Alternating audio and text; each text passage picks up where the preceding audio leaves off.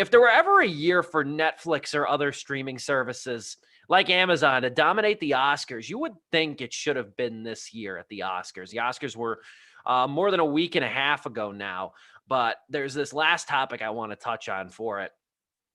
Given theaters were closed for much of it, though, much of this last year, and we were bereft of blockbusters, you would think that Netflix and Amazon would rise up because they were the two powerhouses of brand new film releases, brand new content releases throughout the last 15 months or so.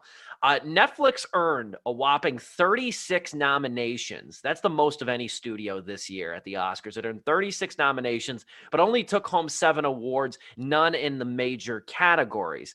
Amazon earned 2 awards, both in the same realm for the same movie. Sound editing and editing went to Amazon's Sound of Metal. And 4 of Netflix's wins were really tech victories, too. Disney, Warner, Comcast, and Sony, they own the night with wins in major categories. Sony won big with The Father. Warner won with Judas and the Black Messiah. And Searchlight, I keep wanting to say Fox Searchlight because that's what it was, but it isn't anymore because it's owned by Disney. Searchlight Pictures took home its 5th best picture win in 11 years. I didn't realize how dominant they've been, but they had Birdman, they had Slumdog Millionaire, they had 12 Years a Slave, and they had The Shape of Water. Now they have Nomadland. So they've had 5 of the last 11 years they've taken home Best Picture. And Scott Mendelson, this is kind of what we're working off of. Scott Mendelson brought up a point I immediately thought of too when I was reading about Searchlight, is that Disney, who owns Searchlight now, there's value because they've been shuttering studios and such. They've been kind of closing down divisions of once they made that massive Fox acquisition. There's more value now in keeping that Searchlight label alive for cheaper, more quote unquote indie fare, I guess you could say. They got an awards cash cow on their hands, and whatever they can keep for themselves under their own subsidiary is another thing they can prevent from selling to Netflix and giving it to them or trading it to them. But it makes an Mendelson made an interesting point. He kind of ended his latest piece on the Oscars with this, and it was kind of like where the article maybe should have began in some ways. That closing paragraph, how he said, if an Oscars filled with streaming-specific nominees led to record low ratings, which we touched on last week, what's that say about the revolution of streaming? And I think I don't have all the answers here, and I just think it's an interesting thing to kind of talk about. But I think at the end of the day, it's really not dissimilar, though, from like when great movies are in theaters or great movies bomb and they don't make money. It's like you can lead a horse to water, but you can't make them drink. Just because like an acclaimed movie is on a streaming service, that doesn't mean the masses are going to gravitate towards it. Right. And I find that fascinating in a lot of ways too, because I was amazed in some ways that like on social media, people were like, I've never heard of these nominees, or I've never heard of any of these movies. When Nomadland was on Hulu, Trial of the Chicago 7, which was Netflix, what they were banking on to get big nominations, that went 0 for 8. You almost wonder if they would have been better pushing To Five Bloods harder than they did to try to get some nominations. I think they probably would have at least netted one win if they did. Delroy Lindo, there you go. That's my main takeaway is that if you put it in the Oscars, maybe it probably still obviously would have gone to Anthony Hopkins regardless. Actually, no, I take that back. Would it have because the ranking is if Delroy Lindo's in the mix. Now we're just doing the Oscars over again. But if Delroy Lindo's in the mix, does that take away? Because then if it went to Anthony Hopkins over Chadwick Boseman, then you have to kind of measure that out. Personally. Well, how cockamamie is it that both Kaluuya and Stanfield were nominated both for supporting actor in Judas and the Black Messiah? So who's to say Delroy Lindo's not a supporting actor because it's The Five Bloods? They're all kind of 5 main characters. Yeah, exactly. Who's the main character there? I would have said it probably would have got supporting actor. Yeah, honestly, I need to watch The Father. That's the thing, right? I'm not. Yeah, you do.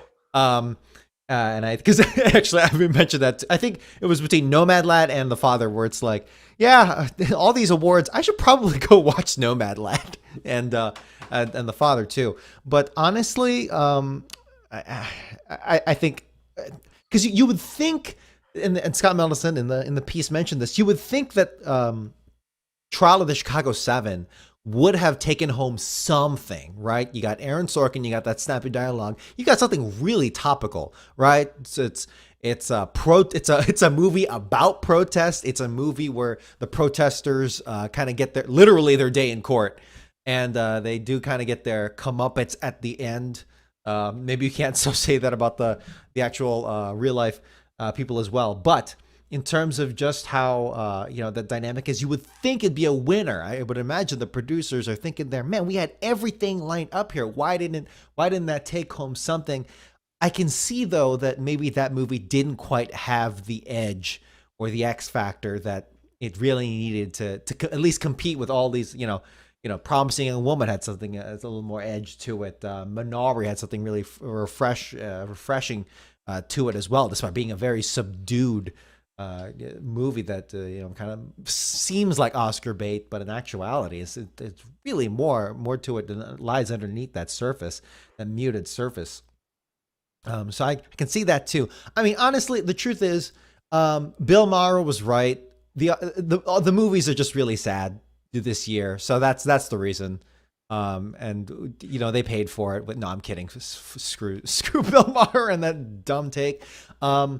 Yeah, it's tricky because you would think, and that's honestly going into the pandemic. I was thinking, damn, Netflix is gonna sweep. It's gonna take off. All these, Amazon Studios. It's got that Bezos bucks running behind it quite nicely.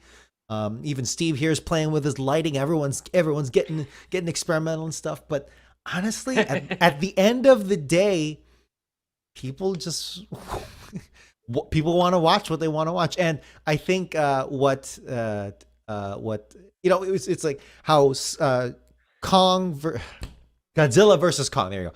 I keep getting the two confused on who came first, but I think it was Godzilla versus Kong. Yes, Godzilla versus Kong. You like to say King Kong versus Godzilla. You like to be very deliberate with it. But Godzilla versus Kong, just how that wound up being kind of a sleeper hit at the box office. Not so much critically, in my opinion, but at the box office, what little box office streaming numbers we have these days. That's what I mean. It kind of took off, and kind of culturally too, at least just for a hot moment. You still go to the old standbys, blockbusters, big budget action and all that stuff. So in terms of what Netflix tried to bring to the table, the math still doesn't quite pan out with it, That's kind of the consensus that I came to. And I mean, I think it's more to the fact too, like when it comes to the Oscars specifically, I think there's a number of arguments, and we touched on them last week, that you can make about award shows doing well just ratings wise. Because you would think, like, in a year where everybody's stuck at home, you think that the ratings for stuff like that, it's something to watch. Consider a year ago. I just keep thinking back to a year ago. We didn't have any sports. We didn't have shit. Like on TV, there was really nothing in the way of live TV outside of news. Even as much as a year ago, sports didn't come back. I don't think the NBA came back until like June, in late June. So we had about 3.5 months where there was just a deficit of everything. So you think that like award shows and such would be appointment viewing, but it just wasn't the case. I'm interested now to see. I haven't really looked at the numbers. I'm interested to see what kind of a bump Nomadland got after winning Best Picture. But again, if not many people are watching the Oscars, how many people are going to care? But at the same time, though, it'd be interesting to see that. Same with Rentals for the Father, because that's still not available on any service. Yeah, that's also just a bigger thing as well, which we kind of talked, as you mentioned, and talked about last week with the Oscars being at its absolute worst ratings, I think, in its history, or at least in modern history. Yeah. Where it's like, yeah, dude, people may not have necessarily been in a new movie this year kind of thing, where it's like the market, the general population hasn't truly adjusted, and things are just up in the air. Everything's a wash. You can't trust the numbers from, April through the summer. You can't trust those numbers in terms of box office or critically or whatever. Maybe not so much critically, but the box office numbers, right? Where it's like, what do you do with the return on investment there? And, I'm sure there'll be some back and forths in the next several years about like, well, this movie didn't do so well. Well, that was the pandemic, man. Everything was weird that day. You don't know. But yeah, it is interesting because there's a link in the original piece to another one where I think this also it was Don Chimaluski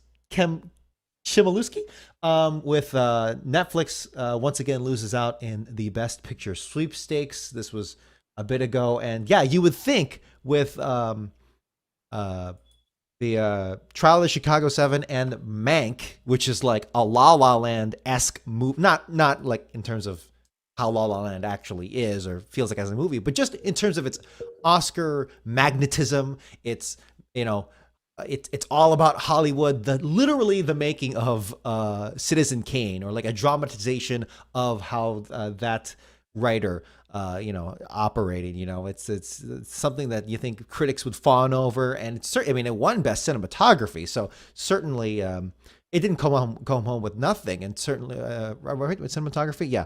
Cinematography, yeah. And Ma Rainey too. It took home quite a few technical awards.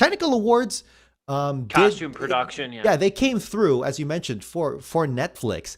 But yeah, in terms of the big stuff, the actors and actresses and picture and director, hey man, maybe it was just a bad year that the math just didn't quite turn out.